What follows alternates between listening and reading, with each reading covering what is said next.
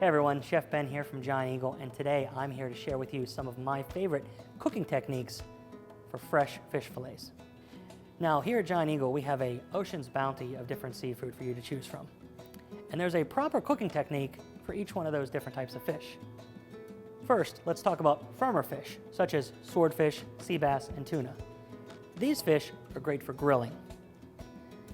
It's important to cook your fish thoroughly, so use a meat thermometer to cook fish to 145 degrees. The next type of fish would be your salmon or halibut. These fish are great for pan searing or, my favorite, baking.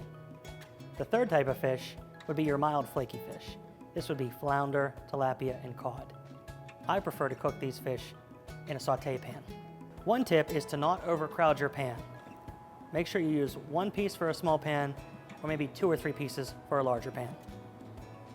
Now that I've shared my 3 favorite ways to cook fish, check out Giant Eagle's seafood department for our wide variety of fish and seafood. And for more recipe ideas and inspiration, check out gianteagle.com.